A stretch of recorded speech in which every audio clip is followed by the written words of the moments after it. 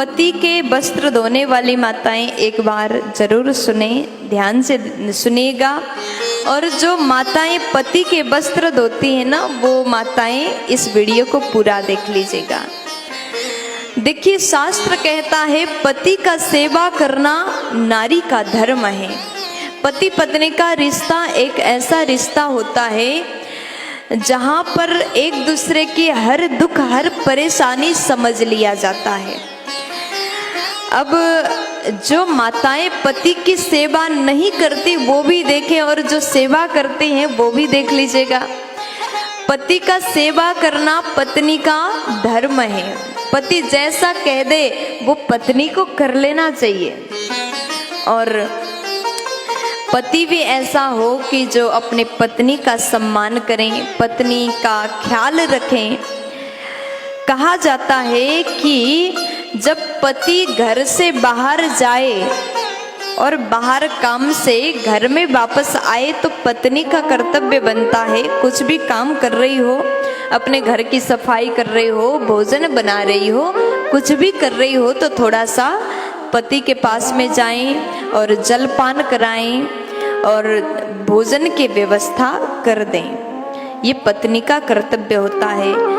अगर पति ऑफिस जाने लगे तो पत्नी का कर्तव्य होता है कि उनके लिए सुंदर वस्त्र दें। वस्त्र धो भी सकते हैं और पति के लिए आप सुंदर वस्त्र प्रेस करके दे दें। लेकिन याद रहें, घर की नारी जो होती है, घर की पत्नी जो होती है, वो 24 घंटे मेहनत करती हैं, काम करती हैं, अपने घर को सजाती हैं, बच्चों का ख्याल रखती है, पति का ख्याल रखती है, सास ससुर का ख्याल रखती है। लेकिन पति को भी चाहिए कि पत्नी का ध्यान रखें।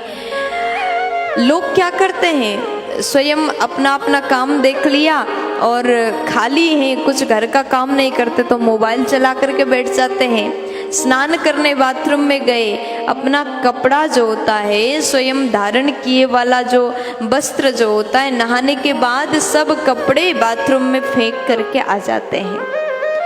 ऐसे में सभी को ध्यान देना चाहिए। जितने बाबा लोग मुझे सुन रहे, जितने पुरुष भाई लोग सुन रहे हैं, थोड़ा सा ध्यान दीजिए। आपकी पत्नी 24 घंटे काम करती तो आप भी थोड़ा सा अपना कपड़ा धो सकते हैं। ऐसा नहीं कि आप पूरे कपड़ा धो लो, लेकिन कमर से जो नीचे का वस्त्र है वो आपको स्वयं को धोना चाहिए, ऐसा वर्णन आता है। और बच्चों के लिए भी यही कहना चाहती हूँ। बड़े बड़े बच्चे हो गए, 17-18 साल के बच्चे हैं, लेकिन नहा करके ऐसे ही बाहर आ जाते हैं, दो कपड़े स्वयं धो करके सुखा नहीं सकते। घर में रिश्तेदार आए हैं, अतिथि आए हैं और माँ भोजन बना रही है, भोजन बनाया, आवाज लगाए भोजन करने आ जाओ, रिश्तेदार आए हैं तो उनको भी स्वयं भोजन देना।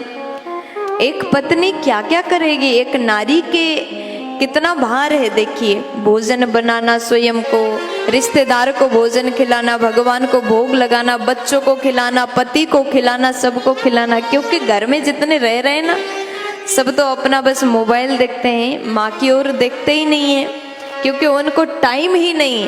वीडियो बनाना, मोबाइल देखना, मोबाइल चलाना, अन्य काम करते हैं। लेकिन थोड़ा सा समय निकाल लीजिए, आप थोड़ा सा ध्यान दीजिए। एक माँ, एक नारी कहाँ तक काम करेगी, पूरे काम संभाल रहे, आपका भी कर्तव्य बनता है थोड़ी देर माँ के हाथ बटाएं, थोड़ी देर रसोई घर में जाके काम करें। अगर माँ भोजन बना रही कि तो 2-4 बर्तन धो दें।